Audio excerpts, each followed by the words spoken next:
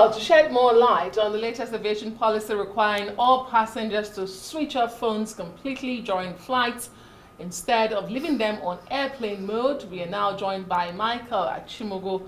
He is the spokesperson at Nigerian Civil Aviation Authority. Thank you so much for joining us on the news tonight. We do appreciate your time. Thanks for having me. Good evening. I mean, let's begin by asking what has compelled the Aviation Authority in Nigeria to take this decision. Is it as a result of the infamous Ibom Air incident involving Miss Comfort Emerson? And what do you say to people who say this is a knee-jerk reaction instead of treating the root causes? Well, the regulator is a responsive authority in this case. There's been too much of an argument in recent days over, which is better. Unfortunately, people have failed to grasp the crux of the matter. Now, the explanation has been given. Some aircraft are equipped to fly with the airplane mode. Some are not. Now, different airlines have, different security programs with respect to this particular issue. And because the pilot is in charge of his aircraft and is the one flying you, he's responsible for your safety. He knows what his plane is equipped to carry. And so if the cabin crew are saying, turn off your phone, the time to have an argument about which is better is not the point of departure. And so if we continue to allow this argument to fester, it's going to pose a very serious safety risk for all passengers. In aviation, every tiny mistake will cost a lot of lives, right? And so what's the best step in this moment? This is what the NCAA has decided. So if saying some airlines can allow you fly with airplane mode and others say no, it's going to cause a bit of a confusion, then let's unify this regulation. So it's switched off. And in any case, it's just for the critical phase of the flight. Just take off and then landing. It costs nothing for anybody. Well, it's interesting as far as the issue of, switching off telephones are concerned. And I'm wondering, is that the only infraction? Is that the only situation that's, led to unruly behavior in our aviation sector? When people say this might just be a knee-jerk reaction, wouldn't they be correct? Because, you imagine in the next infraction, what will we see? Will the NCAA come up with another rule, to address the particular infraction? How do you deal with all of this? You notice I didn't mention the recent incidents. Right. I just pointed to the fact that over the past few days, there's been much of an argument, about the airplane mode conversation. Yes, the authority does have, first of all, we are a listening authority, right? But also we play by the ICAO standards, and recommended practices. And so there are aspects, every nation is allowed, to tweak a little bit of these protocols, to suit its own operating environment. Yeah, I do understand that. Yes. But my point is it a failure of, or the absence of rules guiding the aviation sector and behavior of passengers? Or is it the unwillingness to actually apply the rules? Because that seems to be the case here, whether you're talking about Shomole, the first that happened this year, then of course you had the Palm 1 situation, and now you have Comfort. Emerson. It looks like the rules have now been narrowed down to addressing that particular issue that involved Miss Emerson in the case of switching off their telephones. No, in this case, it's been the biggest conversation. And at the risk of allowing public opinion to determine what the rules should be, the regulator has now decided to strengthen the rules and enforce. That is the case. Yeah, if another conversation does come up that requires a reaction, because you see in aviation you can't be proactive with everything because human behavior is unpredictable. First of all, the security protocols around the world, had to evolve post 9/11.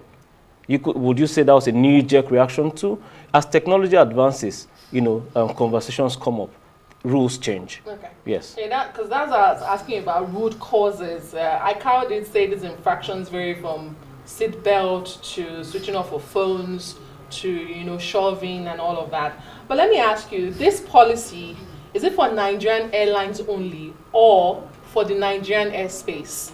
And I ask you because if it's the Nigerian airspace, it does mean that every international flight, every flight that comes into the Nigerian airspace must obey this rule. So I need you to clarify for us. Does it affect only Nigerian airlines or the Nigerian airspace as a whole? This is for every flight operating out of Nigeria or arriving into Nigeria. Be the So international it's or domestic, yes. Don't you think you're depriving those international airlines and against international standards that provide Wi-Fi services and gives them revenue for their passengers? Because this blanket ban means that the moment they get into the Nigerian airspace, those phones have to go off. Is that what you're saying? Yes. If I've paid for Wi-Fi on board an international air flight coming into the country, you're asking me to turn off for 1 hour thereabout before my plane lands. First of all, safety is more important than convenience or comfort. And this is what the CA is ensuring in this particular case. Otherwise, we'll continue to allow these kinds of arguments fester. We get to a point where passengers start telling you that as far as they are concerned, there's nothing wrong with not buckling your seatbelt before takeoff. We do not want that in our industry. Okay, that's interesting to note. A number of situations have arisen in this year alone, from Oshomole to Kwamwon, like I mentioned earlier, and of course, Ms. Comfort Emanson. What's the state of, what are you unraveling in terms of investigation? We believe investigations are ongoing. Where are you now? What are you finding out? When should Nigerians expect to see, get the final outcome of these investigations? As soon as possible. The Oshomole issue, Senator Oshomole issue, the CAA has met with him in the National Assembly and taken his own side of the story. The investigation was a little bit slowed down by the Air Peace side because the chairman was out of the country, although he has told us when he will make himself available, for this interview. And so when we are done with that, we'll send a report to the Honorable Minister because he personally took charge of this particular issue. He did announce so publicly. With regards to Kwamwan and Comfort Emanson, the Honorable Minister has already issued a statement, and we cannot override that statement. But, investigations will continue for the sake, you want to remind us of that statement. For the sake of our own data, and for the sake of forestalling the future occurrences, we are continuing with investigations. As a matter of fact, I spoke with Comfort Emanson earlier today. Herself and her lawyer are supposed to be here tomorrow. However, something else has come up, and we will meet with her in Lagos on Thursday. But Ibom Air and the air hostess involved in that altercation will be with us tomorrow as well. So when we conclude these investigations, we'll let Nigerians know. Fantastic. And as you unravel all of this, let me also ask you about the other side, because more often than not, it's the passengers we focus on.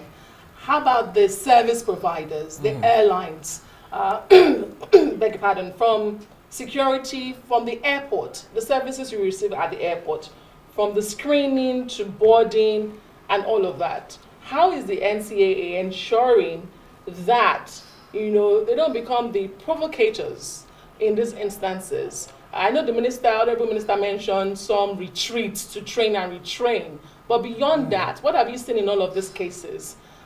Is it that we're having cases of alleged passengers being unruly, or there's also, fundamental issues with the services that are being provided in the Nigerian airspace? Well, that's what investigations will help us reveal. So far, you haven't seen anything? Investigations have not been concluded.